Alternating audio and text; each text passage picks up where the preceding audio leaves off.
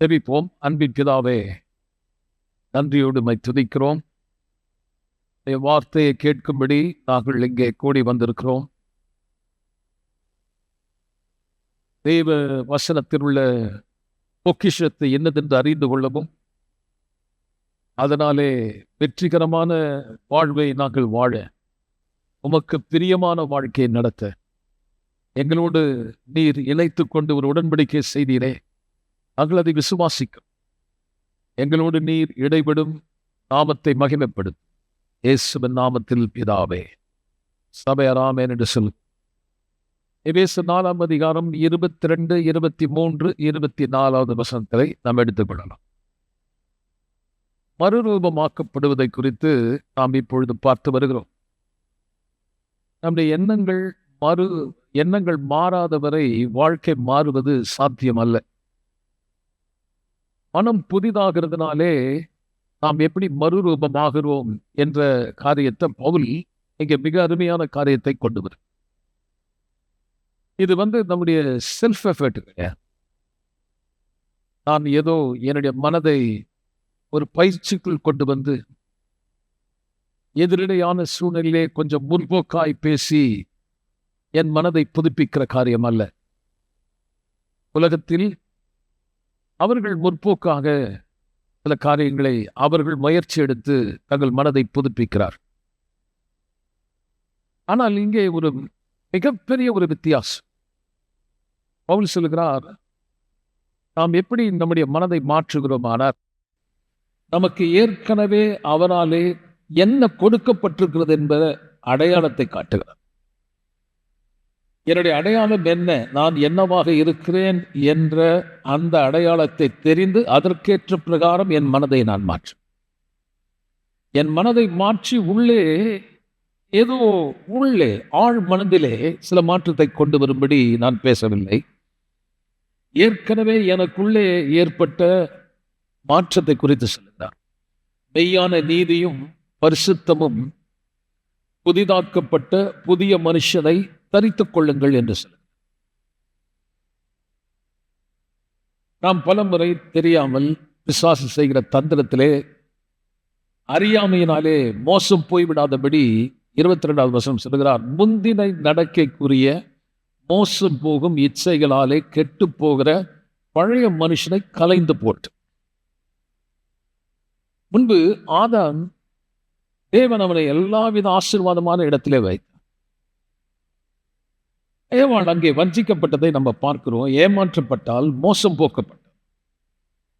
கர்த்தர் சொன்ன வார்த்தைக்கு நேர் எதிரான காரியத்தை சொல்லி சொல்லுகிறாள்.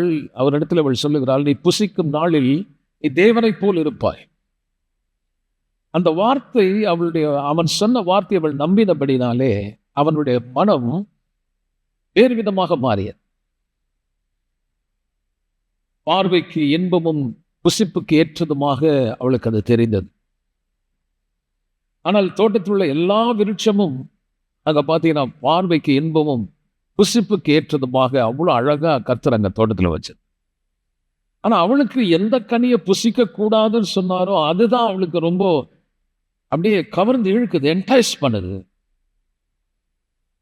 அப்போ அவள் அந்த வார்த்தையை மீறி, இருவரும் ஆதாமும் ஏவாளும் தேவனுடைய வார்த்தையை மீறினபடினாலே மோசம் போகிற கெட்டு போற மனுஷன் சொல்லுது பாருங்க. அங்க ஏவாளை பத்தி பேசல, ஆதாமை பத்தி பேசல. பொறுப்பு நீதான். கர்த்தர் அவனுக்கு ஒரு பொறுப்பை கொடுக்கிறார். அவன் அந்த பொறுப்பை, அந்த ரெஸ்பான்சிபிலிட்டியை இழந்துட்டான். மனைவி செய்தா அப்படின்றது இல்லை, இவன் தான் அதுக்கு காரணம். இப்போ அவனாலே ஏற்பட்ட சம்பவம் என்னவென்றால், அவன் கெட்டு போனான். ஏன் கெட்டு போனான்? எப்படி மோசம் போனான்? அல்லது ஏமாற்றப்பட்டான். வஞ்சிக்கப்பட்டு ஏமாற்றப்பட்டு அது நிமித்தம் கெட்டு போனபடினாலே அவன் நிமித்தம் இந்த பூமி கெட்டு போன. பூமி சபிக்கப்பட்டது, முள்ளும் குறுக்கும் வந்தது.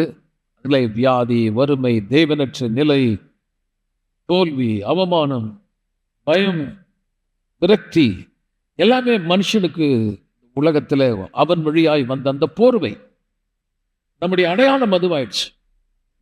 அவர் சொன்னார், இப்போ உங்களுக்கு வேறொரு காரியம் நடந்திருக்கிறது. என்றைக்கு கிறிஸ்துவுக்குள் வந்து விட்டீர்களோ, மெய்யான நீதியும் பரிசுத்தமாக்கப்பட்ட நீங்கள், அதாவது 23 உள்ளத்திலே புதிதான ஆவி உள்ளவர்களாகிய நீங்கள், ஏற்கனவே உங்களுக்கு நடந்திருக்குது.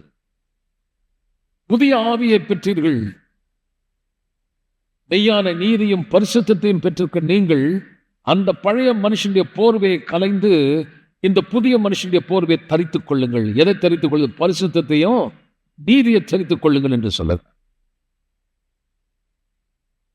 பல முறை நம்முடைய வாழ்க்கையில பல சம்பவத்தை காட்டி அதை அடையாளப்படுத்தி, நீ செய்த தப்பு, அதனாலதான் கர்த்தர் உன்னை தண்டிக்கிறார், நீ பாவி, கர்த்தர் உன் மேல பிரியமாய் இல்லை என்ற விதமாய் உங்களை அதோட கூட அடையாளப்படுத்தி உங்க மனதை ஒரு டிப்ரெஷனுக்குள்ள கொண்டு போவாங்க, வஞ்சிக்க பார்க்க. நான் சொல்லுகிறேன், தேவன் ஏற்கனவே உங்களை மன்னிச்சிட்டார். உங்களுடைய அடையாளத்தை குறித்து வேதத்தில் சில காரியம் சொல்லப்பட்டிருது பாருங்க. நம்ம யார் என்ற காரியம் ரொம்ப முக்கியம். அதனால தான் நம்ம சபைக்கு வருவோம். நம்ம ஏதோ பிரசங்கம் பண்ணல, காரியத்தை நம்ம டீச் பண்ணுறோம். இந்த போதிக்கிற காரியத்தை கேட்டு நீங்கள் அறிந்து கொண்டால் அதுக்கு பிறகு அதனுடைய விளைவு என்னன்னா, எப்பொழுதும் எல்லா இடத்திலும் வெற்றி. சத்தியத்தை அறிந்தால் அறிவு உங்களை விடுதலையாகும். எந்த அறிவு? சத்தியத்தை குறித்த அறிவு. சத்தியத்தை அறிந்தால் சத்தியம் விடுதலை ஆக்கணும், அப்படி வருது. ஆனால் ஆக்சுவலாக அதனுடைய பொருள் என்னன்னா, சத்தியத்தை அறிந்தால் அந்த சத்தியத்தினுடைய அறிவு உங்களை விடுதலையாகும். அப்போ அதை குறித்து நாம் அறிஞ்சிருக்கோம். அது என்ன சொல்லுது? அந்த வார்த்தையை குறித்த அறிவு இருந்தால் எப்பொழுதும் எல்லா இடத்திலே, உலகத்தில் எப்பொழுதும் எல்லா இடத்துலையும் நமக்கு சில போராட்டங்கள் இருக்கு, கஷ்டங்கள் இருக்கு, பிரச்சனைகளை சந்திக்கணும். கர்த்தருடைய பிள்ளைகளா பிரியமா வாழணும்னா பல எதிர்ப்புகள் இருக்குது. பாவத்தில் பிசாசு சில பேரை இழுக்கிறான், சில பேரை வியாதியில தள்ளுறான். கர்த்தருடைய சித்தத்தை விட்டு வேறொரு நோக்கத்துக்கு திருப்பி போக முடிப்பாங்க. அப்போ பவுல் சொல்கிறார், நீங்க ஏற்கனவே உங்களுக்கு தேவனால் அருளப்பட்டது. It is not about yourself effect. நீங்க எதுவும் செய்யலை, உங்களை எதுவும் முயற்சி எடுத்து உன் மனசை நீ எப்படியாவது ட்ரெயின் பண்ணி அப்படி வான்னு சொல்லல. நீ ஏற்கனவே அதுதான் நீ. அதை புரிந்து கொள்றதுக்கு போன வாரம் நான் ஒரு சின்ன ஸ்டோரி உங்களுக்கு போட்டுக்காட்டேன். இந்த கழுகு கூட்டுல இருந்து கீழே விழுது. அது குளிர்ல நடுங்கிட்டு இருக்கும் போது ஒருத்தர் அதை ரெஸ்கியூ பண்ணி பாதுகாத்து தன்னுடைய கோழி வளர்க்குற அந்த பண்ணையில கொண்டு போய் அந்த கோழி கிட்ட விட்டார். அங்க ஒரு கோழி தன்னுடைய குஞ்சுகளோடு அது நடந்துட்டு இருக்கும்போது இதையும் அது சேர்த்துக்குச்சு. அப்போ எல்லாம் சேர்ந்து ஒன்றா வராங்க. அந்த கோழி சீக்கிரம் மாதிரி சீக்குது, அந்த மண்ணில் இருக்கக்கூடிய பூச்சியை சாப்பிடுது, போடுற தானியத்தை சாப்பிடுது. கோழின்னே நினச்சிக்கிச்சு. சில நாள் ஆன பிறகு அதோட தோற்றம் எல்லாம் மாறுது. பார்த்தா நல்ல ஒரு பெரிய ஒரு உயர்ந்த கழுகுனுடைய தோற்றம் அதுக்கு வந்துருச்சு. ஏன்னா அது உண்மை, அதுதான். இப்போ அந்த ஊரில் ஒரு பெரியவர் அந்த கழுகு கிட்ட சொல்றாரு, கோழி அல்ல நீ கழுகுன்னு சொல்லும்போது அந்த கூட்டத்தில் வளர்க்கிறவன் சொல்றான், இல்லை இல்லை அது இங்கேயே இருந்துருச்சு, கோழி ஆயிடுச்சுன்ட்டார். அதை அவர் உயர்த்தி பிடித்ததை பார்த்து சொல்றாரு, உன்னால பறக்க முடியும், மேலே எழும்பி பார், சட்டையை அடிச்சு பாருன்னா அது 2 தடவை ட்ரை பண்ணி கீழே விழுந்துச்சு. என்ன சொல்லிச்சா, இல்லை நான் கோழி தான், என்னால் முடியாது. பிறகு அவரை எடுத்து உயர்த்தி பிடிச்சு கூண்டு வரைக்கும் உயர்த்தி பிடிச்சு சொன்னார், பாரு என்னால் பறக்க முடியும், தலையை உயர்த்தி பாருன்னு சொல்லி அப்படி தூக்கி மேலே விட்டாரு. அதான் 2 கொஞ்சம் அடிச்சுட்டு திரும்பி கீழே விழுந்து சொல்லிச்சான், என்னால் முடியவே முடியாது, அவங்க அம்மா கிட்ட போய் நின்றுச்சு. 3ஆவது நாள் இவர் அந்த கழுகை எடுத்துட்டு ஒரு மலை மேலே கொண்டு போய் அந்த சூரியன் விடிய காலையில் இந்த சூரியன் கோல்டு கலர்ல அப்படியே பொன்னிறமா அப்படியே பிரகாசமா இருக்கும்போது எடுத்து காட்டி சொன்னாரா, தலையை உயர்த்தி பார், கோழி அல்ல நீ கீழே கீழே பார்த்து சீச்சிட்டு இருக்கிறதுக்கு, நீ கழுகு, உன்னால சட்டை அடித்து மேலே எழும்ப முடியும், உன்னால முடியும்னு சொல்லும். அது கேட்டவுடனே அதுக்குள்ள அந்த வார்த்தை, அதுக்குள்ள ஒரு பெரிய ஒரு இதுவரை இல்லாத ஒரு உணர்வு அதுக்குள்ள வந்துச்சு. சட்டை அடித்த பொழுது, அது எழும்பி பறந்த பொழுது அதுக்கு தெரிஞ்சுக்கிச்சு நான் கழுகுதான். நம்ம சில நேரத்தில் கூட்டத்தோட கூட்டமா இருக்கிறோங்க. சில பேர் பாவம் செய்யறாங்க, அந்த கூட்டத்தோட அவங்க சேர்ந்து அவங்களும் அந்த பாவத்தை பண்றாங்க, ரட்சிக்கப்பட்டோம். சில பேர் வாழ்க்கையில பிரச்சனை வரும்பொழுது உலக ஜனங்களோடு சேர்ந்து வாழ்ந்த அது கர்த்தர் நமக்கு கொடுத்திருக்கிறார் நினைச்சுக்கிறேன். சில சூழ்நிலையோட கூட ஒன்றிச்சு போய் இதுதான் நான் என்ற ஒரு அடையாளத்தை பிசாசு உங்களுக்கு காட்டுறான். நல்லா கவனிங்க. ஒரு கோழி எவ்வளவுதான் தன் மனசை மாத்தினாலும் கழுகு ஆகாது. அது கண்டிப்பா கோழி தான். கழுகு தன்னுடைய மனசை மாத்தினால கழுகு அல்ல, அது ஏற்கனவே கழுகு. அதே போல் நான் சொல்லுகிறேன், நீங்க இன்றைக்கு ஏற்கனவே தேவனுடைய பிள்ளைகள். நீங்க ஏதோ மனசை மாத்தி இல்ல நான் வசனத்தை படிக்கிறேன், ஆண்டவரே இந்த இந்த வார்த்தையின்படி நான் சுகமானேன் என்று சொல்லி ஏதோ என்னுடைய மைண்ட்ல நான் எஃபர்ட் எடுத்து செய்யல. என்னை குறித்த ட்ரூத், என்னை குறித்த சத்தியம் என்னன்னா, நான் ஏற்கனவே சுகமானேன், என் பாவங்கள் மன்னிக்கப்பட்டது, நான் நீதியானேன், நான் அவராலே ஆசீர்வதிக்கப்பட்டிருக்கிறேன். அப்ப எனக்கு நான் யார், என்னுடைய அடையாளம் என்ன என்பதை பிசாசு மறைச்சு அவங்களுக்கு சபை மக்களுக்கு கடிதம் போது ஒரு முக்கியமான காரியத்தை கொண்டு வராங்க. உங்களுக்குள்ள ஒரு அவேர்னஸ் இருக்கணும்.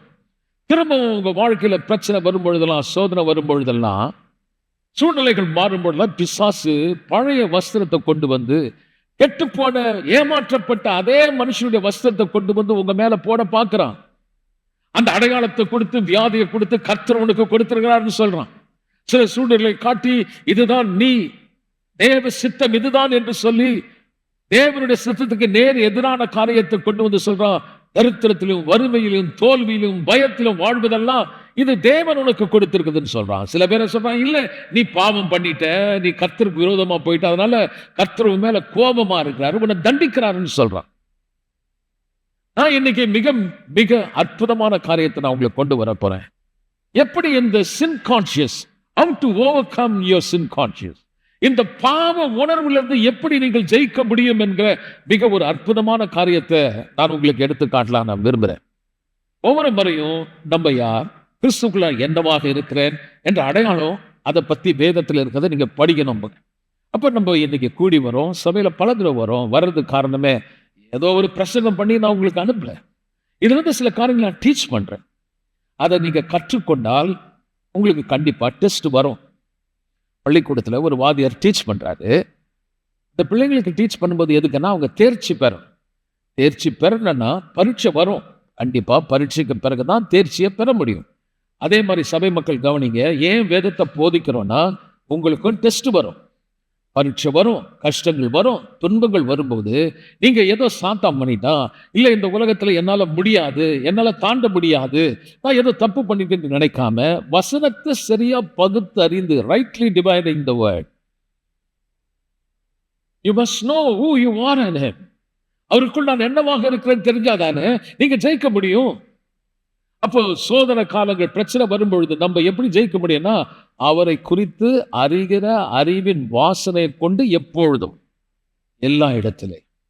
அப்ப எப்பெல்லாம் பிரச்சனை வரும் தெரியாது, எந்த பொழுதுல வரும் தெரியாது, எந்த இடத்துல வரும் தெரியாது, ஆனா எப்பொழுதும் எல்லா இடத்திலும் என்ன பிரச்சனை வந்தாலும் அவரை குறித்த அறிவு இருந்தால் நீங்க ஜெயிப்பீங்க. என்ன அறிவு? நான் அவருக்குள் என்னவாக இருக்கிறேன். இப்போ அவர் சொல்றாரு, உனக்கு நீங்கள் உள்ளத்திலே புதிதான ஆவி உள்ளவர்கள் ஆயிட்டீங்க. நான் சொல்கிறேன் பிரியமானவர்களே, இப்பொழுது நீங்கள் மெய்யான பரிசுத்தம், நீதி, நீங்கள் இப்பொழுது கிறிஸ்துவின் புதிய மனுஷன். அழிவுள்ள வித்தினால் அல்ல, அழியாத வித்தினாலே, காதுள்ள கவனிங்க, நீங்கள் மறுபடியும் பிறந்திருக்கிறீர்கள்.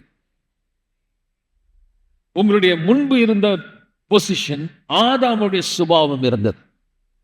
ஒரு கழுத மாதிரி கத்துதுன்னா அது சுபாவம். சிங்கம் மாதிரி கர்ஜிக்குதுன்னா அதோடைய சுபாவம். கழுகு சட்டை அடித்து பறக்குதுன்னா அதனுடைய சுபாவம். நாம் இப்பொழுது இந்த ஆதாமுடைய சுபாவத்திலிருந்து விடுதலையாகி தெய்வீக சுபாவத்துக்கு பங்குள்ளவர்கள் ஆயிட்டோம். நீங்கள் ஏதோ உங்கள் நடத்தையில பரிசுத்தம் அல்ல, ஏற்கனவே நீங்கள் பரிசுத்தமாக வாழ பரிசுத்தம் கொடுக்கப்பட்டிருக்கிறது. தேவனுடைய பிள்ளைகள் வாழ்வில் ஆக்கின தீர்ப்பு இல்லாதபடி ஒருவர் தீர்ப்பை ஏற்றுக்கொண்டபடினாலே மெய்யான நீதி உங்களுக்கு கொடுக்கப்பட்டாகிவிட்டது. அந்த நீதி நிறைவேறினபடினால் உங்களை ஒருவனும் சேதப்படுத்த முடியாது, ஒருவனும் உங்களை ஆக்கினைக்குள்ளாக தீர்க்க முடியாது. நான் சொல்கிறேன், கிறிஸ்துவுக்குள் என்றைக்கு வந்து விட்டீர்களோ தோல்வி என்பது இல்லை. கிறிஸ்துவுக்குள் வாழும் உங்களுக்கு எப்பொழுதும் வெற்றி உண்டு. You need to prepare yourself. உங்களை நீங்கள் ஆயத்தப்படுத்திக் கொள்ளுங்கள். பிரச்சனைகள் வரலாம், அது ஏதோ புதுமை மாதிரி பார்க்க கூடாது. ஸ்கூல்ல பிள்ளைங்க பாடத்தை கற்றுக் கொடுத்து அவங்களுக்கு டெஸ்ட் வரும்போது கொஸ்டின் பேப்பர் புதுமை மாதிரி பார்ப்பான்.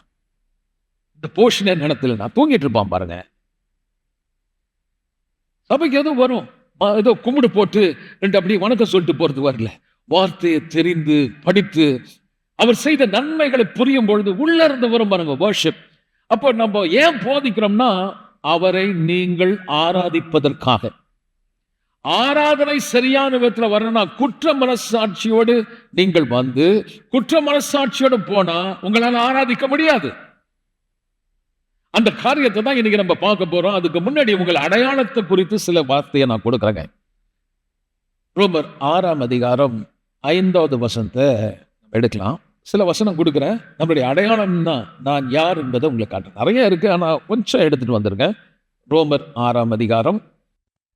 அவருடைய மரணத்தின் சாயலிலே நாம் இணைக்கப்பட்டவர்களானால் அவருடைய உயிர்த்தெழுந்த சாயலிலும் இணைக்கப்பட்டிருக்கிறோம். ஒன்று சொல்றாரு, நீங்கள் அந்த கெட்டு போன மோசம் போன பழைய மனுஷன், கெட்டு போன அந்த இச்சைகளாலே கெட்டு போன அந்த பழைய மனுஷன், அந்த அடையாளத்தோடு நான் வாழ்ந்தேன். பாவத்தில் பிறந்தேன், சாபம் என்னை ஆண்டு கொண்டிருந்தது, ஆக்கினை தீர்ப்பின் கீழ் இருந்தேன், ஆதாமுக்குள் இருந்தேன். ஆனால் கிறிஸ்துவுக்குள் வரும்பொழுது மிகப்பெரிய ஒரு அற்புதமான காரியம் நடந்தது என்னவென்றால், அந்த பழைய மனுஷன் அவரோடு கூட சிலுவையில் அறையப்பட்டாகிவிட்டான். அந்த ஐக்கியத்தை பாருங்க, யூனியனை பாருங்க. அந்த பழைய மனுஷன் இப்போ என்கிட்ட இல்லை, அந்த பழைய மனுஷன் செத்துட்டான். அந்த பழைய மனுஷனை சிலுவையில் அறையப்பட்டாகிவிட்டது என்ற அறிவு நமக்கு வரணும்.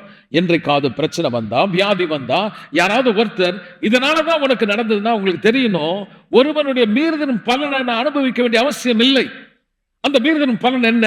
பாவம், மரணம், வியாதி, சாபம், துன்பம், இதற்கெல்லாம் காரணமான அந்த மனுஷன், வேதம் சொல்லுகிறது, அந்த மனுஷன் சிலுவையில் அறையப்பட்டாகிவிட்டார்.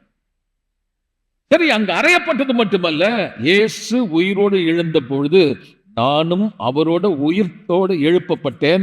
நீங்கள் உயிர்த்தெழுந்த சாயலிலே இணைக்கப்பட்டீர்கள். 8வது வசனம், கிறிஸ்துவோடு கூட மரித்தோமானால் அவரோடு கூட பிழைத்தும் இருக்கிறோம் என்று அறிந்திருக்கிறோம். 9ஆம் வசனம், கிறிஸ்து எழுந்த கிறிஸ்து இனி மரிப்பதில்லை என்று அறிந்திருக்கிறோம். மரணம் இனி அவரை ஆண்டு கொள்ளுவதில்லை. மரித்தது பாவத்துக்கென்று ஒரே தரம் மரித்தார், பிழைத்திருக்கிறது தேவனுக்கென்று பிழைத்திருக்கிறார். 11ஆம் வசனம் ரொம்ப முக்கியம். அப்படியே நீங்களும் அடையாளப்படுத்துறார் பாரு, உங்களை பாவத்துக்கு மரித்தவர்களாகும் நம்முடைய கர்த்தராக இயேசு கிறிஸ்துவுக்கென்று தேவனுக்கென்று பிழைத்திருக்கிறவர்களாகவும். அப்படி நீங்க கவனிங்க, அப்படி யோசிங்க. அப்படியானால் பாவத்து நிமித்தம் மரணத்தினுடைய பேக்கேஜ், சாபம், தீமை, இது என்னை ஆளும்படியாக என்னை இறைவன் சிருஷ்டிக்கவில்லை. இந்த மறுபிறப்பினாலே இப்பொழுது நான் ஆளும்படியான ஒரு ஆளுகையை கர்த்தருக்கு கொடுத்திருக்கிறார். எத்தனை பேர் கிறிஸ்து இயேசுவுக்குள் வந்து விட்டீர்களோ அத்தனை பேருக்கும் இனி உங்களுக்கு ஆக்கினை தீர்ப்பில்லை என்ற ஒரு அடையாளம் கொடுக்கப்படுகிறது. முதலாவது காரியம், யூனியன் வித் காட். இரண்டாவது, ஐ ஃபர்கிவன். இயேசு என்னை மன்னிச்சிட்டார். மன்னித்தது மட்டுமல்ல, என்னை மீட்டு விட்டார். எபேசியர் 1ஆம் அதிகாரம் 7வது வசனம். எபேசியர் 1ஆம் அதிகாரம், அவருடைய கிருபையின் ஐஸ்வரியத்தின்படியே இவருடைய இரத்தத்தினாலே பாவ மன்னிப்பாகிய மீட்பு உங்களுக்கு உண்டாயிடுச்சு. நீங்கள் பாவத்திலிருந்து தேவன் உங்களை மீட்டுக் கொண்டார். மன்னித்தது மட்டுமல்ல, உங்களை மீட்டுக் கொண்டார். 4வது வசனம் சொல்லுது பாருங்க, you are chosen. 4ஆம் வசனம் 1ஆம் அதிகாரம் 4. அன்பில் பரிசுத்தம் உள்ளவர்களும் குற்றமில்லாதவர்களாய் இருப்பது, கோடு போட்டுங்க, குற்றமில்லாதவர்களாய் இருப்பதற்கு உலகம் உண்டாவதற்கு முன்பே கிறிஸ்துவுக்குள் உங்களை தெரிந்து கொண்டார். You are accepted, chosen and accepted. உலகம் உண்டாவதற்கு முன்னாடியே எந்த மனுஷனும் என்னை குற்றப்படுத்தும்படி, எந்த காரியம் என்னை தண்டிக்கப்பட வேண்டும் என்ற குற்றச்சாட்டாதபடி எப்ப என்ன மீட்டெடுத்தார்னா, எப்ப என்ன தெரிஞ்சுக்கிட்டார்னா, எப்ப என்ன அக்செப்ட் பண்ணா, உலகம் உண்டாவதற்கு முன்னாடியே. ஆச்சரியமா இருக்கு பாரு. ஆகவே ரோமர் 8:1 சொல்லுகிறது, அவருக்குள் வரும்பொழுது நமக்கு ஆக்கினை தீர்ப்பு இல்லை. அப்ப என்னை ரட்சித்ததுக்கு காரணம் என்னன்னா, நல்லதை செய்யறது. எல்லாம் சேர்ந்து சொல்லுங்க. எல்லாரும் என்ன பண்றாங்க, நல்லது செய்து ஏதோ ஒன்று வாங்கணும்னு பாக்குறாங்க. இல்ல, முதல்ல நீங்க நல்லது செய்யணும்னா உங்களுக்கு ஒரு அடையாளம் தெரியும். நீங்கள் யார்? இப்ப உங்களுக்கு என்ன நடந்தது? நீங்கள் கிறிஸ்துவோடு இணைக்கப்பட்டிருக்கிறீர்கள். பாவங்கள் மன்னித்தது மட்டும் இல்லை, நீங்கள் மீட்கப்பட்டிருக்கிறீர்கள். தேவனால் தெரிந்து கொள்ளப்பட்டீர்கள், ஏற்றுக்கொண்டார். உங்களுக்கு ஆக்கினை தீர்ப்பு இல்லை. எல்லாமே கிருபையினாலே விசுவாசத்தை கொண்டு ரட்சிக்கப்பட்டுட்டேன். எதுக்குன்னா எபேசியர் 2:10 சொல்லுது, நல்ல கிரியைகளை செய்யும்படி. எல்லாம் சொல்லுவோம். என் அடையாளம் அதுதான். நான் சொல்றேன், நீங்க நல்ல கிரியைகளை செய்ய முடியும், நல்லதை செய்ய முடியும். நன்மையான காரியம் என்பது உங்க கையிலிருந்து வரணும். நல்ல கரங்களை தட்டி நாம் தேவனை துதிப்போம். பிறகு சொல்றாரு, you are the temple of the holy ghost. நீங்கள் தேவனுடைய ஆலயம். 1 கொரிந்தியர் 6:19 சொல்லுது, நீங்கள் தேவனுடைய ஆலயம். ரோமர் 8:37 சொல்கிறது, I am more then a conqueror. நான் முற்றிலும் ஜெயம் கொள்ளுகிறவனாக இருக்கிறேன். ரோமர் 8:17 சொல்லுகிறது, I am co-heir with Christ. கிறிஸ்துவோடு கூட நான் உடன் சுதந்திரவாளி. ரோமர் 5:7 சொல்லுகிறது, I am secure in God's love and care. அவருடைய பராமரிப்பில் நான் இருக்கிறேன். என்னை விசாரிக்கிற ஒரு தேவன் இருக்கிறார். ஆமென். ஆனா நம்ம எதை ஃபோக்கஸ் பண்றோம்? நம்ம எதை கவனிக்கிறோம்? ஒவ்வொரு முறையும் நம்ம மைண்டை தப்பான இடத்துல ஃபிக்ஸ் பண்ணிட்டோம். பிசாசு பாவத்தை காட்டுறான், ஃபெயிலியரை காட்டுறான், வீக்னஸை காட்டுறான், குற்ற மனசாட்சியை கொடுக்குறான், தகுதி இல்லைன்னு சொல்றான். உங்க தப்பெல்லாம் கொண்டு வந்து இதுதான் நீ என்று உங்களை காட்டு. நீங்க ஒரு காரியம் செய்யணும், பின்னானவைகளை மறந்து முன்ன நோக்கி நீங்க போகணும். கார் ஓட்டும் போது விண்ட்ஷீல்டு ஒரு பெரிய கண்ணாடி போட்டு முன்னாடி 2 சைடில் ரியர் வியூன்னு இருக்கு. நான் முன்ன போனேன்னா, முன்ன ஓட்டிட்டு போனேன்னா, முன்னே எடுக்கிற கண்ணாடி வழியா நான் பார்த்துட்டு போகணும். அங்க பார்க்காம ரியர் வியூவே பார்த்துட்டு இப்படியே பார்த்து ஓட்டணும்னா முன்னாடி போய் இடிச்சுடுவேன். எப்பவுமே சில பேர் முன்ன என்ன செய்திருக்கிறார், கர்த்தர் முன்னாடி என் கண் முன்பா என்ன வைத்திரம் பார்க்காம பின்னாடியே பார்க்கறது. நான் பாவி, நான் தப்பு பண்ணிட்டேன், கர்த்தர் என்ன தண்டிக்கிறாரு, எங்க வீட்டில் பிசாசு இருக்கு, ஏதோ எதிர்ப்பு இருக்குது, நான் எதை செய்தாலும் எனக்கு விரோதமா ஜனங்க வராங்க, எனக்கு என்ன கெடுக்கிறது ஒரு கூட்டம் ரகசியமா வேலை செய்து. நீங்க பயப்படவே பயப்படாதீங்க. உன் பக்கத்தில் 1000 பேரும் உன் வலதுபுறத்தில் 10,000 பேரும் விழுந்தாலும் அது உன்னை அணுகாது. நான் திரும்ப சொல்றேன், ஒன்றும் உங்களை சேதப்படுத்த முடியாது. ஒரு நாளும் பின்னே பார்க்காமல் நீங்கள் முன்னே பாரு. ஆலயத்துக்கு வரும்போது இந்த குற்ற உணர்வோட போறவங்க நிறைய பேர் இருக்காங்க. ஏன்னா இப்ப அவங்க நியாயப்பிரமாணத்தின் கீழே இருக்கிறதுனால ஆலயத்தில் எத்தனையோ பேருக்கு இந்த பாவத்தை குறித்து கண்டிச்சு உணர்த்தணும், உங்களை கடிந்து கொள்ளணும் என்ற மாதிரி அவங்க சொல்றாங்க. எப்பெல்லாம் இந்த நியாயப்பிரமாணத்தை சொல்ல சொல்ல சொல்ல உங்களுக்கு குற்ற மனசாட்சி வர்றது மட்டுமல்ல, குற்ற உணர்வோடையே நீங்க போவீங்க.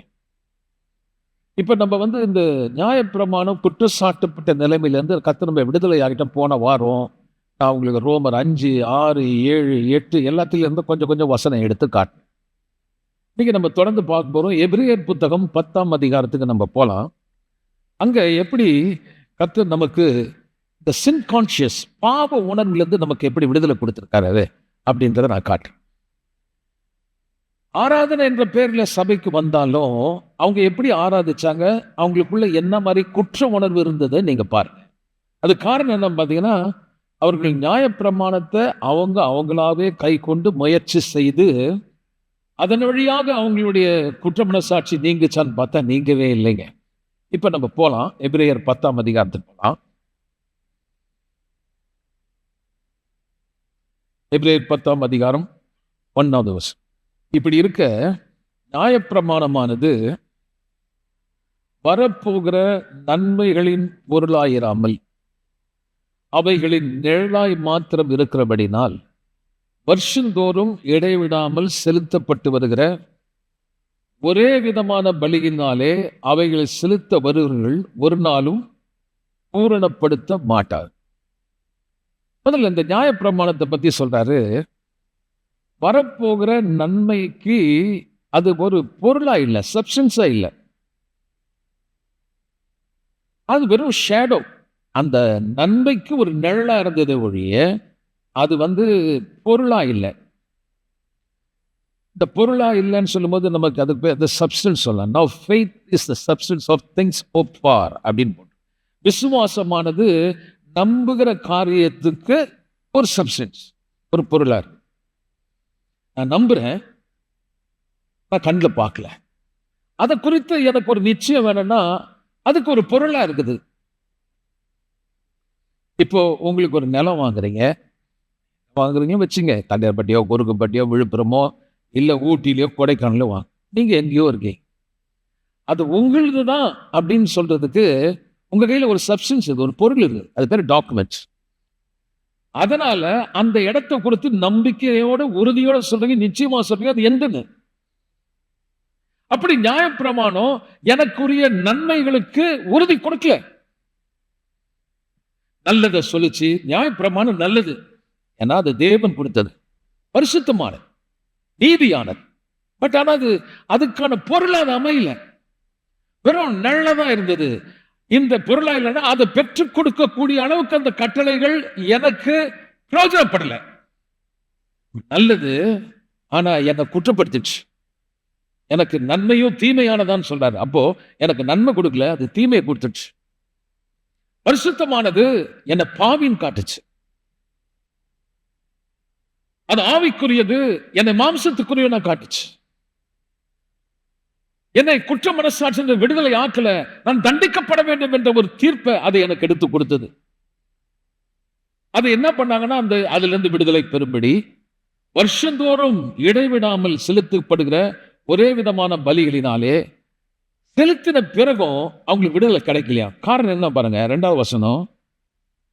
ஒருவேளை அவங்களை அது கம்ப்ளீட்னஸ் கிடைச்சிருந்தா, பூரணப்படுத்தி இருந்தால், ஆராதனை செய்கிறவர்கள் ஒரு தரம் சுத்தமாக்கப்பட்ட பின்பு இன்னும் பாவங்கள் உண்டென்று உணர்த்தும் மனசாட்சி அவர்களுக்கு இல்லாது இருப்பதினால் அந்த பலிகளை செலுத்துவது நிறுத்தப்படும் அல்லவா.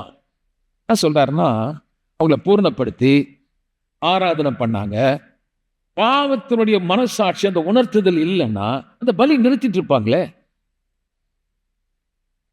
அந்த குற்ற உணர்வு அவங்களுக்கு இல்லைன்னா அந்த பலி செலுத்தினாங்களே, அந்த பலி அவங்களை பூர்ணப்படுத்தி இருந்தா, அந்த குற்ற உணர்வு அவங்களை விட்டு நீங்கி இருந்தா, ஏன் அவங்க திரும்ப பலி கொடுக்க வந்திருக்க மாட்டாங்களே, பூரணப்படுத்தலேன்றாரு. 3வது வசனம் பாருங்க. அந்தபடி நிறுத்தாதபடினால் பாவங்கள் உண்டென்று அவைகளினாலே வருஷந்தோறும் நினைவு கூறுதல் உண்டாயிடுச்சு. என்ன ஒரு வருத்தம் பாருங்க. ஆராதிக்க பலி செலுத்தின இடத்துல அவங்க என்ன நினைவு கூர்ந்தார்னா, பாவம் உண்டென்று நினைவு கூர்ந்தார்கள். இப்ப புதிய ஏற்பாட்டு சபைக்கு வந்திருக்கோம். இந்த சபையில வார்த்தையை போதிக்கிறாங்க. ஆனா அவங்களுக்குள்ள பாவம் உண்டென்ற உணர்வோட போயிட்டாங்கன்னா அதுல போதனையில் அவங்களுக்கு என்ன, அதனால அவர்கள் என்ன லாபம் அடைஞ்சாங்க? எவ்வளவு அதிகமாய் நியாயப்பிரமாணத்தை குறித்து நான் போதிக்க அந்த கேட்கிற உள்ளத்துல என்ன வரனா, அவங்களுக்குள்ள பாவம் உண்டென்ற உணர்வு தான் இருக்கும் ஒழிய அவர்கள் பாவத்திலிருந்து விடுதலையாக முடியாது. அப்ப அந்த சின் கான்சியஸ் எப்படி போச்சு, அந்த உணர்வை எப்படி எடுத்து போட்டார்? 10ஆம் அதிகாரம் 10வது வசனம் பாருங்க. 10ஆம் அதிகாரம் 10வது வசனம். இயேசு கிறிஸ்துவினுடைய சரீரம் ஒரே தரம் பலியிடப்பட்டதினாலே அந்த சித்தத்தின்படி. இப்போ குட் நியூஸ் என்னன்னா, அவங்க பரிசுத்தமாக்கப்படல. அவங்க பரிசுத்தமாக்கப்பட்டிருந்தால், அவர்கள் பூரணப்படுத்தப்பட்டிருந்தால், 3வது வசனம் சொல்லுகிறது, அந்த பாவ கரை நீங்கி போயிருக்குமானால் அந்த பலியை அவங்க இனி செய்திருக்க மாட்டாங்க, பூரணப்படுத்தல. ஆனா இப்ப நடந்த சம்பவம் என்னவென்றால், நியாயப்பிரமாணம் செய்ய முடியாததை தேவனே செய்யும்படி இந்த உலகத்தில் கிறிஸ்துவானவர் இந்த உலகத்தில் வருஷந்தோறும் அவங்க பலி கொடுத்தாங்க, பூரணப்படுத்தல. வருஷந்தோறும் ஆலயத்தில் வந்தாங்க, ஆராதிச்சாங்க, பலிகள் செலுத்தினாங்க, எக்கால சத்தம் ஊதப்பட்டது, அங்கே ஆராதனை பாடல்கள் இருந்தது, குற்ற உணர்வோட வந்தாங்க, குற்ற உணர்வோட போனாங்க. சபைக்கு வரும்போது முக்கியமான காரியம் எங்களுக்கு கொடுக்கக்கூடிய டீச்சிங் என்னன்னா, குற்ற உணர்வோடு வருகிற நீங்கள் உங்களுக்காக ஒருவர் செய்திருக்கிறார். ஒரே தரம் பலியிடப்பட்டதினாலே, கிறிஸ்துவானவர் நம்முடைய அக்கிரமத்துக்காக பாவத்துக்காக ஒரே தரம் பலியிடப்பட்டதினாலே அவர் சித்தத்தின்படி பரிசுத்தமாக்கப்பட போகிறதல்ல, நீங்களும் நானும் பரிசுத்தமாக்கப்பட்டு விட்டோம். ஒரு நிச்சயம், ஒரு உறுதி. அதனால இயேசு கிறிஸ்துவானவர் என்னை மீட்கும் பொருளானார். என்னை மீட்கிறதுக்கு ஒரு சப்ஸ்டன்ஸ். நான் இன்றைக்கு இந்த நியாயப்பிரமாணம் பொருளா இல்லாத நிழலா இருந்தது, ஆனால் இயேசுவோ என்னை மீட்கிறதுக்கு பொருளானார். என்னுடைய மீட்புக்கு நான் எப்படி சொல்றேன்? எதை வச்சு நிச்சயமா சொல்றேன்? என் இடத்தை ஏற்றுக்கொண்டு ஒருவர் மரித்தாரே, ரத்தம் சிந்தினாரே, உயிரோடு எழுந்தாரே. அங்கே நடந்த சம்பவம் என்னவென்றால், என்னுடைய பழைய மனுஷன், பாவ மனுஷன் சிலுவையில் அறையப்பட்டாகிவிட்டது. கெட்டு போன பழைய மனுஷன். எல்லாம் சேர்ந்து சொல்லுங்க. நல்லா சொல்ல, நல்லா சொல்ல. ஒருவனுடைய மீறுதல், அந்த பலன், அந்த பழைய மனுஷன். அவன் நிமித்தம் பூமி சபிக்கப்பட்டது. அவன் நிமித்தம் இந்த பூமி சபிக்கப்பட்டதுனால பூமி டிசார்டர் ஆயிடுச்சு. நேச்சுரல் கலாமிட்டிஸ், கர்த்தர் சிருஷ்டிக்காததெல்லாம் உண்டாய் வருது. எல்லா விதமான ஃபங்கஸ், வைரஸ், நூதனமான நோய்கள். நீங்க ரோமர் 8ஆம் அதிகாரம் படிச்சீங்கன்னா சொல்றாரு, சிருஷ்டியெல்லாம் ஏகமா தவிக்கணும் இந்த மீட்பை பெறது. மரம், செடி, கொடிகள் சொல்றாரு, கிறிஸ்து வரும்போது புதிய பூமி சிருஷ்டிக்கப்படும். மரங்கள்லாம் பாடும், எல்லாமே தவிக்கணும். சிருஷ்டிச்ச அத்தனையும் மலைகளும் குன்றுகளும் எல்லாமே இப்ப இருக்கிறதல்ல, வேற மாதிரி ஆயிடுச்சு பாருங்க. அதை படிச்சு பார்த்தீங்கன்னா அவர் சொல்றாரு, ஓனாயும் ஆடும் ஒன்னா படுத்துக்கும், பிரியம் பாம்பு புத்துல குழந்தை உள்ள கையை விட்டு விளையாடும். எல்லாமே மாறும். இந்த பூமியை 2வது தடவை கழுவ போறாரு பாருங்க. முதல் தடவை தண்ணியில கழுவுனாரு. lot of people been washed out, right? எல்லாம் போயிட்டாரு நிறைய பேர். ஒரு ஃபேமிலி மெஞ்சிச்சு. 2வது தடவை செய்ய போறாராம், ஃபயர்ல, அக்கினினால் இந்த உலகம் கழுவப்படும். இன்னைக்கு இப்படிதான் பூமி எப்படி இருந்து பாரு. ஒரு பறவை பல வியாதியை கொண்டு போய் ஊர் ஊரா வச்சுட்டு வரும். பழ வகைகள், அதுல எத்தனையோ விதமான கிருமிகள், எல்லாமே இன்னைக்கு எல்லாம் கெட்டு போயிடுச்சு. இந்த கெட்டு போன அந்த மனுஷன், அவனால் அந்த பூமி கெட்டு போய், அது நிமித்தம் இந்த கெட்டு போன பூமியில நம்ம வாழுறோம். நம்ம கெடுக்கிறதுக்கு பல சூழ்நிலை வருது. கவனிக்கணுங்க, கவனிக்கணும். வியாதியின் வடிவத்தில் வருது, பிரச்சனை வருது, சில எதிர்ப்புகள் வருது. உடனே நீங்க அந்த வஸ்திரத்தை எடுத்து போட்டுக்கிட்டு கர்த்தர் கொடுத்தான்னு சொல்லக்கூடாது. இப்ப நீங்கள் உள்ளத்துல புதிதான ஆவி உள்ளாக்கப்பட்டு நீங்கள் தான் பண்ணணும். புதிய மனுஷனை அல்லது மெய்யான நீதியும் பரிசுத்தம் கொடுக்கப்பட்ட அந்த புதிய மனுஷனை தரித்து கொண்டு சொல்லணும், என் இயேசு ஒரே தரம் பலியிடப்பட்டதினாலே நான் பரிசுத்தமாக்கப்பட்டேன், நான் கழுவப்பட்டேன். அப்ப நியாயப்பிரமாணம் sin conscious, the law reveal sin. நியாயப்பிரமாணம் பாவத்தை வெளிப்படுத்தியது. But Jesus removed sin. இயேசு பாவத்தில் இருந்து நம்மை, அந்த பாவத்தை அகற்றி போட்டார். The law brought remembrance of sin. நியாயப்பிரமாணம் பாவத்தை குறித்து நினைவுபடுத்தியது. But Jesus brings forgiveness. இயேசு பாவத்தை மன்னித்தார். The law was shadow. நியாயப்பிரமாணம் நிழல். Jesus is the substance. இயேசுவே பொருளானார். எல்லாவற்றையும் அவர் சிலுவையிலே நமக்காக செய்து முடித்தார். அப்போ சொல்லப்படுற செய்தி என்னன்னா, நியாயப்பிரமாணம் பொருள் நிழலா இல்லை, நிழல் பொருளா இல்லை. ஆனால் இயேசு நமக்காக ஒரே தரம் பலியானதுனாலே இப்ப நான் பரிசுத்தமாக்கப்பட்டது மட்டுமல்ல, ஐ எம் கம்ப்ளீட்டட், நான் பூரணப்படுத்தப்பட்டு விட்டேன். எல்லாம் கூட சேர்ந்து சொல்லுங்க, குறை இல்லை. உனக்கு குறைவே இல்லை. ஆனால் என்ன பண்ணுறான், இந்த பூமியில் இருக்கிற சில குறைவுகளை காட்டி உனக்கு இது இல்லை அது இல்லைன்னு சொன்னான். இல்லை, யூ ஆர் கம்ப்ளீட்டட். நீங்கள் அவருடைய பிள்ளைகள். 14வது வசனம் படிங்க. 10:14 பரிசுத்தமாக்கப்படுகிறவர்களை ஒரே பலியினாலே பூரணப்படுத்த போறாரா, பூரணப்படுத்தி இருக்கிறாரா? Already completed. ஒவ்வொரு முறையும் எப்படி பிசாசு அன்றைக்கு ஆதாம மோசம் போக்குனானோ, எப்படி இச்சைகளாலே, இச்சைன்னு சொல்லும்போது ஸ்ட்ராங் டிசையர், தேவன் என்ன சொன்னாரோ அதுக்கு விரோதமா அவங்கள கன்வின்ஸ் பண்ணி அது மேல ஒரு ஆர்வத்தை தூண்டி விட்டான். சொன்ன பிறகு அவங்க அதை எடுத்ததுனால இப்போ அந்த ட்ரெஸ்ஸு வறுமையும் தரித்திரமும் ஏழ்மையும் நமக்கு வந்துடுச்சு. இப்ப சொல்றார், ஒவ்வொரு தடவையும் பிசாசு தந்திரமா உங்களுக்கு அந்த ட்ரெஸ்ஸை கொடுக்க பார்க்கறான். நீங்க அதுதான் நீ என்ற ஒரு அடையாளத்தை உங்களுக்கு ஏற்படுத்த பார்க்கறான். ஆனால் ஏற்கனவே நான் சிந்தின ரத்தத்தினால உங்களுக்கு மெய்யான பரிசுத்தமும் மெய்யான நீதியும் கொடுக்கப்பட்டாயிடுச்சு.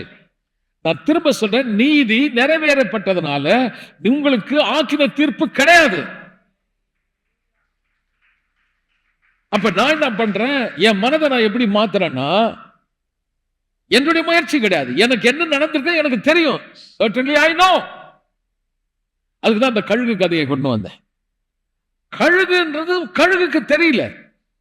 கழுகு ஏதோ தன் மனசை மாத்தி மாத்தி கழுகாகல, கோழி கழுகாகல. அது ஏற்கனவே கழுகு கோழி மாதிரி இருந்துச்சு. ஆனா அது கழுகுன்னு தெரிய வேண்டியதா இருந்தது. அதே மாதிரி நான் சொல்றேன், நீங்கள் ஏற்கனவே பரிசுத்தவான்கள், ஏற்கனவே தேவனுடைய நீதியை பெற்றவர்கள், ஏற்கனவே தேவனால் நீங்கள் ஆசீர்வதிக்கப்பட்டவர்கள். And you are completed. சொல்லலாம், இல்லையே நான் தப்பு பண்ணிட்டேனே பாஸ்டர், கர்த்தருக்கு விரோதமான பாவம் செய்துட்டேனே. ஓகே, பரவாயில்ல. என்ன பாஸ்டர் அப்படி சொல்லிட்டீங்க? நான் சொல்லல, கர்த்தர் சொல்றாரு, நான் காட்டுறேன். போன வாரமும் ப்ராடிகல் சன் ஸ்டோரியை பார்த்தோம். இப்போ அதை வச்சு நான் உங்களுக்கு காட்டுறேன். அவன் தேவனை மறந்து இன்ஹெரிட்டன்ஸை எடுத்துட்டு வேற ஊருக்கு போய், தேவராஜ்யத்தில் இருந்தவன் தேவராஜ்யத்தை விட்டு வேற இடத்துக்கு போய் பாவத்தை செய்து அவரை மாதிரி இருக்க வேண்டியவன் இப்போ பன்னி கூட்டத்தில் போய் பன்னியா இருக்கிறான். அவன் பன்னி மேய்ச்சிட்டு இருக்கான். பன்னி கூட்டத்தில் இருந்ததுனால அவன் பன்னியாவோ அல்லது அசுத்தமானவோ கர்த்தர் பார்க்கல. அவனுடைய கான்சியஸ் எப்படி பாருங்க, சின் கான்சியஸ். அவன் சொல்றான், நான் எப்படி போக முடியும், எப்படி போய் நான் நின்று எனக்கு இந்த வீட்டில் உரிமை இருக்க நான் எப்படி கேட்க முடியும்? ஐ லாஸ்ட் இட். நான் எல்லாத்தையும் அழிச்சிட்டேன். அதனால நான் போனா என்ன பிள்ளை என்ற உரிமை எனக்கு கிடையாது, இன்ஹெரிட்டன்ஸ் கிடையாது. அவனா அங்க ஒரு வேலைக்காரனா வரேன்ற மைண்ட் செட்டோட வரான். வந்துட்டு அப்பா கிட்ட சொல்றான், நல்லா கவனிங்க. அப்பா அவன் சொன்னது எதுவுமே கேட்கல. அவனுக்கு எப்படி காட்டுறாருன்னா, நீ செய்த செயல்ல உன்னை வேலைக்காரனா பார்க்கிற, ஆனா இப்போ நீ அதை அல்ல என்று காட்டுறதுக்கு உனக்கு ஒரு அடையாளத்தை கொடுக்குறேன் என்று சொல்லி அவன் மேல ஒரு வஸ்திரத்தை போடுறார், ஒரு கோட்டை போட்டு, அவன் காலில் ஷூவை போட்டு, கையில மோதிரத்தை போட்டு ஒரு விருந்தை ஆயத்தப்படுத்தி சொல்லாம சொன்னாரு, நீ என்னுடைய குமார். நல்லா கை தட்டலாம் பாரு. ப்ராடிகல் சன் எத்தனை ஆங்கிள் உங்களுக்கு நான் காட்டியிருக்கேன்.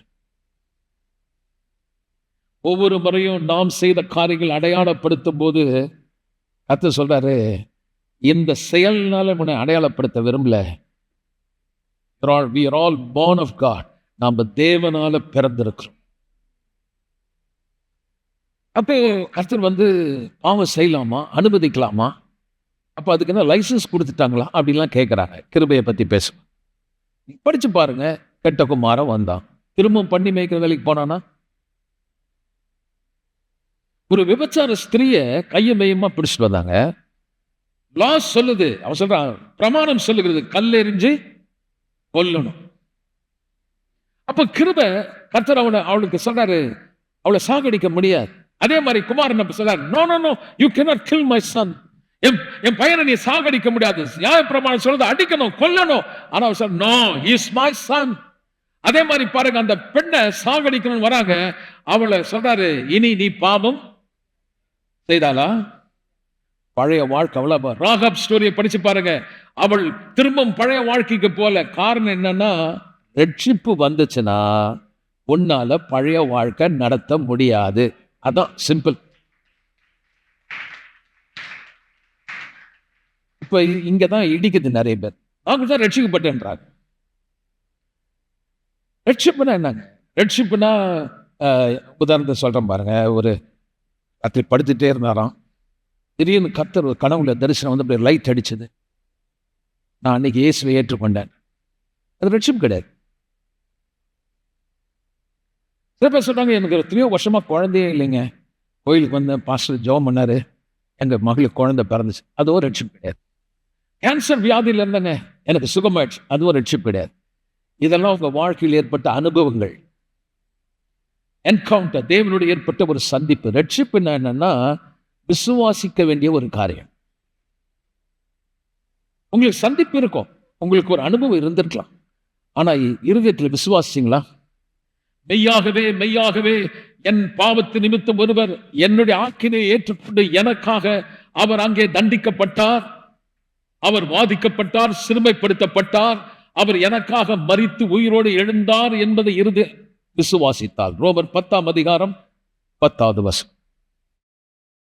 நீதி உண்டாக. அப்ப நீதி எப்படி உண்டாகுதா? நீதி உண்டாக இருதயத்தில் விசுவாசிக்கப்படும், ரட்சிப்பு உண்டாக. சரி, இப்ப 9வது வசனம் 10வது வசனம் இப்ப படிச்சல, அதே 9ம் படிச்சுங்க. அதான் சொல்றாரு, ரட்சிப்புனா என்னன்னு சொல்லுவா. என்னவென்றால் கர்த்தராகிய இயேசுவை நல்லா கவனிக்க, வாயினாலே அறிக்கையிட்டு தேவன் அவரை மரித்தோர்ந்து எழுப்பினார் என்று இருதயத்திலே விசுவாசித்தால், அப்போ தேவன் அவரை மரித்தோர்ந்து எழுப்பினார் விசுவாசிச்சாதான் அவங்களுக்கு ரட்சிப்பு வருதான். இப்போ பவுலுடைய அனுபவம் என்ன? ஒரு குதிரையில போயிட்டு இருக்க, கிறிஸ்துவை துன்பப்படுத்துறது போறார். அப்படி போகும்போது தேவனோட ஒரு என்கவுண்டர் ஏற்படுது. பவுலே பவுலே ஏன் என்னை துன்பப்படுத்துறாங்க? அப்ப அவர் சொல்ற, அகால பிறவியான நான் கூட அவரை நான் தரிசிச்சேன்றார். இப்ப அந்த அனுபவம் ரட்சிப்பா? இல்ல. ரொம்ப தெளிவா சொல்ற, அந்த அனுபவம் அப்படின்னா ரட்சிப்புனா அவர் என்ன சொல்வாருன்னா, கர்த்தர் வந்து ஒளியா இருக்கிறாரு, வெளிச்சமா வந்து என்ன தொட்டார், அந்த மாதிரி உன்னையும் தொடுவார். வியாதி இருந்தால் ஒருத்தன் வியாதியிலிருந்து சுகப்பட்ட, அதே போல உனக்கு சுகம் கிடைக்கும். என்ன கவனிங்க, வியாதியிலிருந்து சுகம் கிடைக்கிறது ரட்சிப்பு கிடையாது. நான் சொல்றேன், தப்பா எடுத்துக்காதுங்க. ஹாஸ்பிட்டல் கூட சுகம் கிடைக்கும். ஐயா ரொம்ப தரித்திரத்தில் இருந்தேன், வேலை செய்தா பணம் வரும். எப்படி சொல்றீங்க? இந்த உலகத்துல எங்க போனாலும், எந்த மூலை முடுக்கல போனாலும் கிடைக்காது ஒன்னே ஒண்ணு ரட்சிப்பு. அந்த ரட்சிப்பு இயேசுவின் ரத்தத்துல மட்டும்தான் வரும். ஐயா சுகம் கிடைக்குங்க, குழந்தை இல்லைன்னா கூட அதுக்குன்னு கருத்தரிப்பு மையம் இருக்கு, அங்க போனா குழந்தை கொடுப்பான். They will do that. Miracles will take any place. But I tell you, the salvation you will receive only through Jesus. No other name is given. வேறே நாமம் இந்த பூமியிலே கொடுக்கப்படவில்லை. மிகப்பெரிய ஒரு அற்புதம் இருக்குமானால், படைத்த தேவனை அறிந்து கொள்கிறோமே, அந்த அறிவு, அவரோடு இருக்கிற உறவு, அதுதான் ரட்சிப்பு. எங்க கோயில்ல வந்து பாரு, நாங்க ஜெபம் பண்ணா பேய் ஓடும், நான் ஜெபம் பண்ணா அது நடக்கும். பேய் ஓடுறது எல்லாத்தையும் ஓடிட்டு இருக்காங்க, வேணா போய் பார்த்துட்டு வாங்க. தாடி வச்சவன் ஓட்டுறான், தாடி இல்லாத ஓட்டுறான், சட்டை மாட்டம் ஓட்டுறான், எவன் வேணா ஓட்டுறான். பேய்கள் ஓட்டுவதில்லை ரட்சிப்பு. சுகம் எங்க வேணாலும் கிடைக்கும், பணம் எங்க வேணாலும் கிடைக்கும். வேலையை செய்த அதுக்கான வழி, எப்படி வாழ்க்கையை சக்சஸ்ஃபுல்லா இருக்கணும், அதுக்கு இந்த உலகத்துல சில பிரின்சிபல் கத்துக் கொடுக்குறான். ஆனா ரட்சிப்புக்கு நீ எங்கேயுமே கடக்க முடியாது. ரட்சிப்பு வேணும்னா நீ விசுவாசிக்கணும். அந்த தேவன் மனுஷனா வந்தார், என் பாவத்துக்காக அவர் சிலுவையிலே மரித்தார், அவர் உயிரோடு எழுந்தார் என்று இருதயத்திலே விசுவாசித்தால் நீ ரட்சிக்கப்படுவார். தேங்க்யூ. 10 பேர் கை தட்டினீங்க.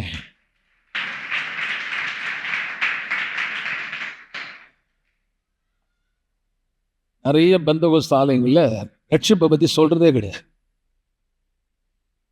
அவங்க வந்து பரிசுத்தமா வாழ்றதை பத்தி நான் போதிக்கிறேன். நீ பரிசுத்தமா வாழ்றதை போதிச்சு அவங்க பரிசுத்தமா போறாங்களா? எதை செய்யணும் எதை செய்யக்கூடாது சொல்லிட்டான், கண்டிச்சு பேசினான், அதனால அவங்க பரிசுத்தமாயிடுவாங்களா? பரிசுத்தம் ஏற்கனவே கொடுத்தாச்சு, பரிசுத்தமாக்கப்பட்டீர்கள். நீங்கள் ஏற்கனவே நீதிமானாக்கப்பட்டீர்கள், ஏற்கனவே நீங்கள் ஆசீர்வதிக்கப்பட்டீர்கள்.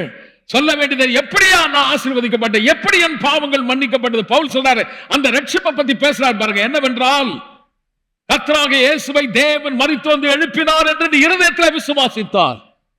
சிலுவையில் இயேசு எனக்காக மரித்தாரே, என் பாவத்தின் நிமித்தம் மரித்தாரே. ஆனாலும் ஒரு சம்பவம் நடந்தது. என் பாவத்துக்கான விலையை கொடுத்து முடித்ததினாலே, கிரயம் செலுத்தப்பட்டதினாலே, என்னை மீட்கும் பொருளாக இயேசு மாறினதினாலே, என் தேவன் பிதாவாகிய தேவன் கிறிஸ்துவை மரித்து வந்து எழுப்பினது காரணம் என்றால், என் பாவங்கள் மன்னிக்கப்பட்டாகிவிட்டது. அவர் உயிரோடு எழுந்தார் என்பதற்கு நாங்கள் சாட்சி. எப்படியா நீங்க சாட்சி கொடுப்பீங்க? என் பாவம் மன்னிக்கப்பட்டது.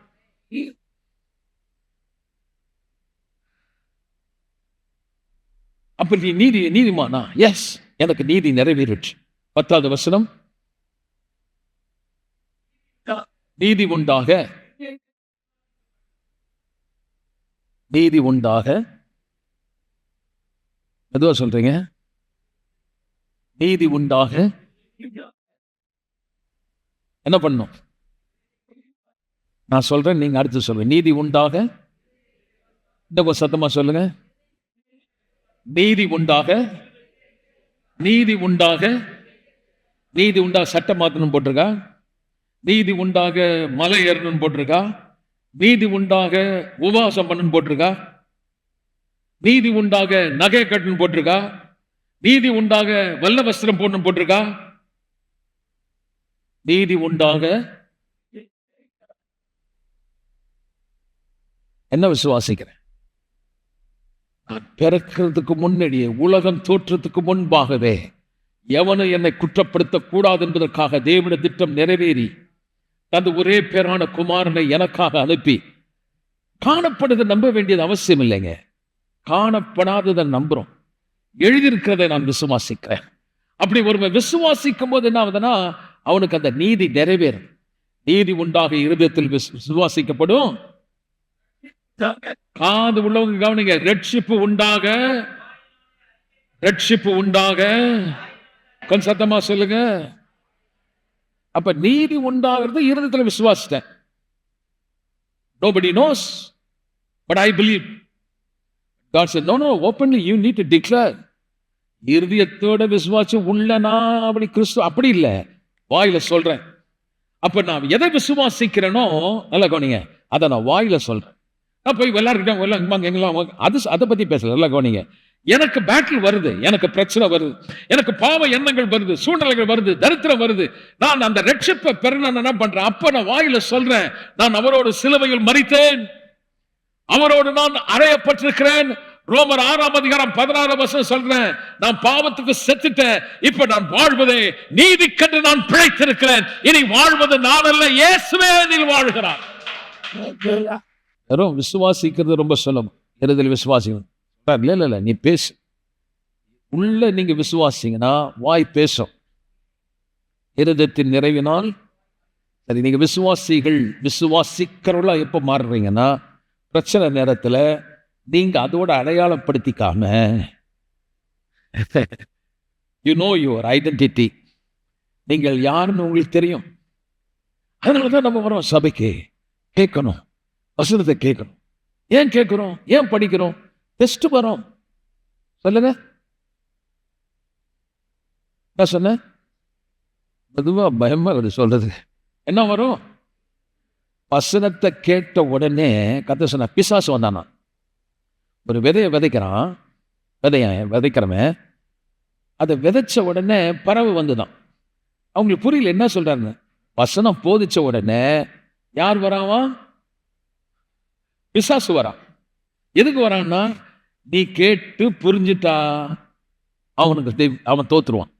அதனால இந்த விதையை எடுக்க பார்க்கறான். வார்த்தையை உன் இருதயத்தில் போக விடாம எடுக்க பார்க்கறான். அதனாலதான் எவ்வளவுக்கு அதிகமா எளிமையா சுலபமா உங்களுக்கு விளங்கணுமோ அந்த அளவுக்கு நான் ஜெபம் பண்ணி நான் ப்ரிப்பேர் பண்ணாலும் நைட்டெல்லாம் யோசிப்பேன், எப்படி சொன்னா இவங்களுக்கு புரியும் அப்படின்னு. நான் எளிமையான முறையில் ஏன் சொல்லி கொடுக்குறேன்னா, வசனம் உள்ள போகணும்.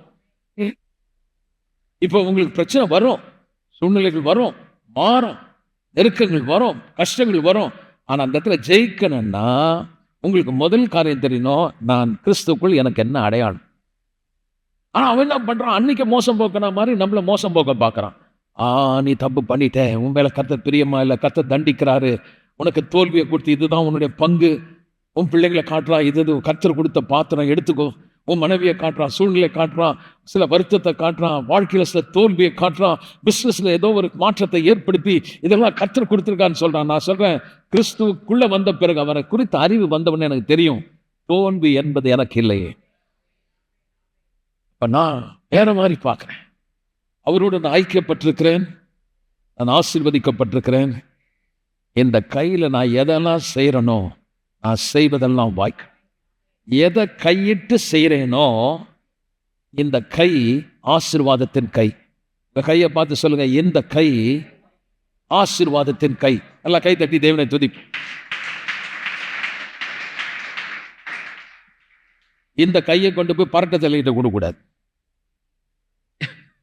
இந்த கையை பார்த்து சொல்லணும், இதுல நான் வேலை செய்தேன்னா ஆசீர்வாதமா இருக்கும். கை வெறும் சோர்த்துன்றது மட்டும் இல்லை, தேவன் உங்களுக்கு ஒரு திறமையை கொடுத்திருக்காரு. You need to to develop your self, update your self. நாளுக்கு நாலு சூழ்நிலைகள் மாறிட்டே வருது. முதல்ல ரயில்வேஸில் வேலை செய்யும்போது கம்ப்யூட்டர் வருதுன்னாங்க. அது வராத வரைக்கும் people are very comfortable, right? So much of files used to be there that side. And they easily say they have a lot of lame excuse. They tell them, come tomorrow. அதெல்லாம் ஃபைல்லாம் எடுத்து வைக்கணும்னு. அப்போ சொன்னாங்க, இது மாதிரி வரப்போகுது, எது எல்லாமே ஃபைல் அதில் போட்டுடலாம், ரொம்ப ஈஸியாக. அது வந்து பெட்டி மாதிரி ஒன்று எடுத்துன்னு வந்து வச்சா பாருங்க, பார்த்து அவன் அப்படியே முடிச்சுட்டேன். நான் என்னடா இதை வச்சு என்ன பண்ணுறது தெரியும். இப்போ பெரிய டாஸ்க் என்னன்னா, அதுதான் நம்மளுக்கு ரொம்ப டிஃபிகல்ட் மாதிரி தெரிஞ்சது. ஆனால் அதுதான் நம்ம ப்ராப்ளத்தை ரொம்ப சால்வ் ஆக்க போகுதுன்னு நம்ம பார்க்கல. வந்த புதுசில் அது என்னவோ ஒரு பெரிய சேலஞ்ச் மாதிரி தெரிஞ்சது. எனக்கு நெட்டு வந்தது, அது வந்தது, வாழ்க்கையில் எல்லாம் சொன்னாங்க. ஐயோ, கிறிஸ்தவ சமுதாயம் என்னென்ன சொன்னாங்க தெரியுமா? டிவி வந்தால் டிபி வரும், கம்ப்யூட்டர் வந்தால் WWன்னு வந்தது இல்லை. W வந்து நம்மால் கண்டுபிடிச்சிருக்கா மாதிரி நியூமராலஜிக்கலாக நம்பர் 6 6 6 3 6 3 6 அந்தி கிறிஸ்து. அப்போ கம்ப்யூட்டர் யாரு? அந்தி கிறிஸ்து. அதை நம்பி சில பேர், நான் சொல்கிறேன் 30 வருஷத்துக்கு முன்னாடி அந்த கம்ப்யூட்டர் கோர்ஸே படிக்கல பிள்ளைங்க. அது வேற, பிரசங்கம் வேற. அதெல்லாம் பிள்ளைகள் அந்த பாடத்துக்கு அனுப்பாதீங்க. இப்போ அங்கிருந்து அப்படி அப்படியே படிப்படியாக மேலே வந்தோம். இப்போ ஏஐ வந்துச்சு. ஹலோ, இப்போ ஏஐ முன்னாடி நின்று கேட்குறான், Petra, please tell me, the suit what I can wear inside, the blue color or red color? That one say, you look nice with blue, you put that. இன்னும் போக பார்த்தா இவளை கல்யாணம் பண்ணலாமா பண்ணக்கூடாது அதுகிட்ட கேட்டால் அது சொல்லிடும். உடனே அதை பார்த்து சொல்றாங்க, இதெல்லாம் நமக்கு வேணாம், இது ஒரு பெரிய பேய். எல்லாத்திலும் நல்லது இருக்குது, கெட்டது இருக்குது. But you need to choose. நன்மையானதை தெரிந்து கொள்ளுங்கள். So don't try to escape. You need to go along with these people, but still you should prove yourself. I am a unique person. எனங்களோட நடக்கிறோம், ஆனா எனக்கு ஒரு தனித்தன்மை இருக்குது. என் கர்த்தர் என் கையை ஆசீர்வதிச்சிருக்கார். எனக்கு இது தெரியாது, இந்த சப்ஜெக்ட் வைஸ் எனக்கு புரியாது, என்னால் கற்றுக்க முடியாதுன்னு சொல்லக்கூடாது. உங்களுக்கு விசேஷித்த ஞானத்தையும் அறிவையும் திறமையும் ஆற்றலையும் கர்த்தர் கொடுத்திருக்கிறாரு. நீ வாளா இருக்க மாட்டே, நீ தலையா இருப்ப. The old covenant people, one who are practiced Jewish people, they believed the promise. அதனால அவங்க உலகத்திலேயே ரொம்ப வெரி இன்டெலிஜென்ட் பீப்புள். அவங்க ஒரு நாள் அவங்க எடுத்துக்கல, நான் முட்டாளு, எனக்கு அறிவு இல்லை அப்படின்னு சொல்லவே மாட்டான். கர்த்தர் ஞானமா இருக்கிறான்னு சொன்னான். நம்ம விசுவாசிகள் கேட்டுப்பாரு, எனக்கு ஒன்றும் தெரியாதையா, தோத்துறையா, எனக்கு அதை பற்றி தெரியாதையா, கர்த்தர் ஆவியானவர் என்னை நடத்தும்படி எனக்கு ஒன்றே ஒன்று தெரியும், ஜெபம் பண்ணுவா, எல்லாம் சரியாயிடும். ஜெபம் பண்ணி என்ன சரியாக போகுது? வேசத்தை படித்து சில காரியத்தை நீ செய்யணும். கவனிக்கிறீங்களா? நீங்க செய்து ப்ராஸ்பர் ஆகணும். அதன் வழியா சபை கண்டிப்பா வளரும்.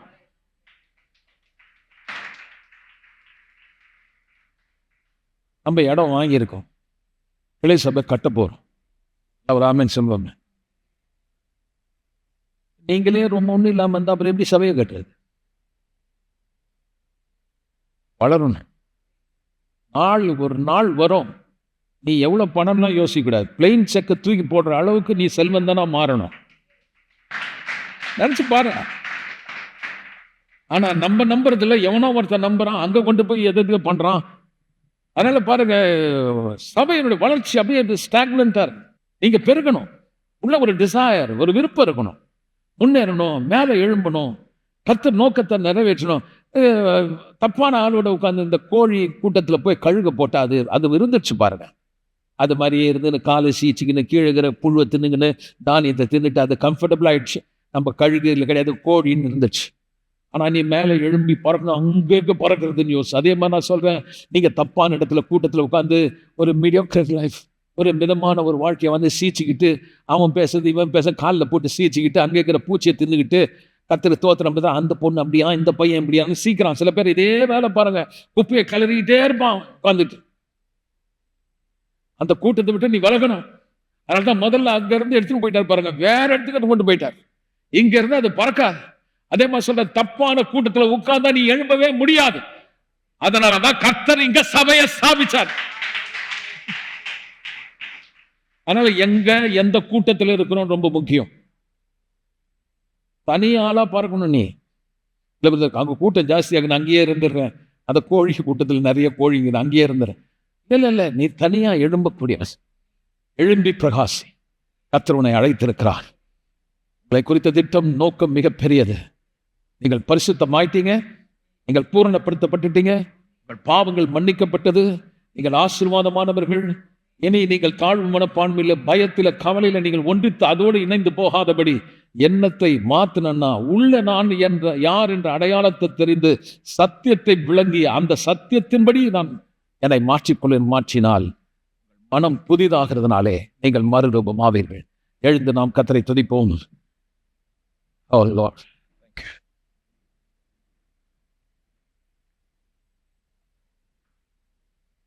நீங்க ஒரு காரியத்தை கவனிச்சிங்களா? இந்த மனம் புதிதாகிறத பத்தி கர்த்தர் ஏன் எழுதுறாருன்னா, யாரோ ஒருத்தர் ஹெல்ப்ல நீ வாழாத,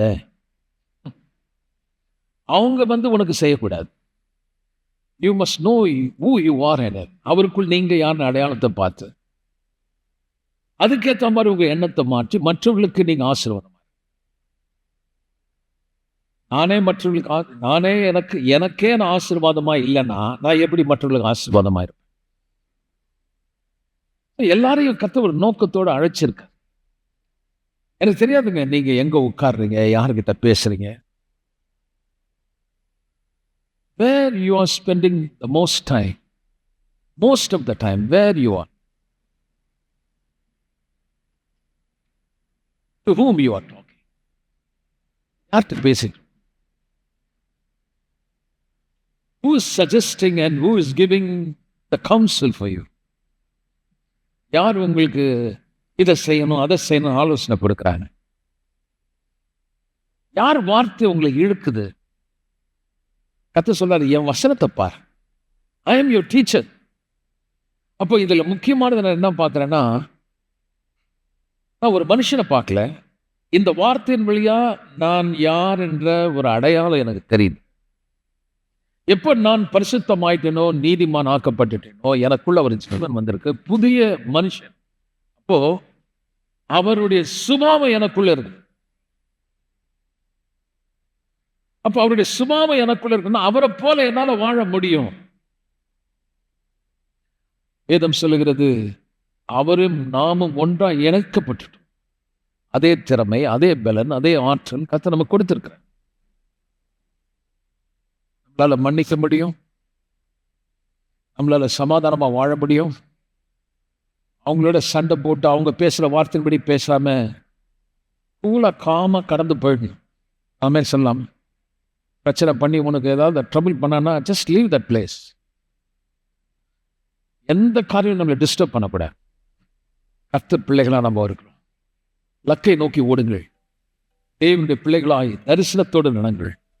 உங்களை கொண்டு ஒரு பெரிய திட்டத்தை கர்த்தர் வைத்திருக்கிறார். நீங்கள் எதையும் செய்ய பலன் பிராணியை கர்த்தர் உங்களுக்கு கொடுத்திருக்கிறார். அதை சொல்றதுக்கு தான் இந்த சபையை கர்த்தர் வச்சிருக்க. உங்களை நீங்க சூழ்நிலையோடு அடையாளப்படுத்தாம, பாஸ்ட் எக்ஸ்பீரியன்ஸோட உங்களை அடையாளப்படுத்தாம, கிறிஸ்துவின் வார்த்தையோடு நீங்கள் அடையாளப்படுத்தினால் வாழ்க்கை வெற்றிகரமாக. எல்லாம் சொல்வோம். அன்புள்ள பிதாவே, குமாரனை அனுப்பி அவர் வழியாக இப்பொழுது நான் அவரோடு இணைக்கப்பட்டு நான் நீதிமானாய் இருக்கிறேன், பரிசுத்தமாக்கப்பட்டேன். நீதிமானாய் பரிசுத்தமாக்கப்பட்டபடினால் எல்லா ஆசீர்வாதம் கிறிஸ்தேசுக்குள் எனக்கென்று எழுதியிருக்கிறது. ஆகவே வாளாய் இல்லாமல் அழகாயிருப்பேன், கீழே இல்லாமல் மேலே இருப்பேன். என் மாவு செய்கிற தொட்டியும் எண்ணெயும் ஆசீர்வதிக்கப்படும். என் பேங்க் அக்கவுண்ட் பூரணமாய் நிரம்பி வழியும். வாதை என் கூடாரத்தை அணுகாது. வியாதிக்கு நான் விளக்கப்பட்டிருப்பேன். நான் செய்வதெல்லாம் வாய்க்கும். வர வர விருத்தியாவேன். 1000 மடங்கு நன்றாயிருப்பேன். நல்லா கைகளை தட்டி கர்த்தருக்கு நன்றி சொல்லுவோமே.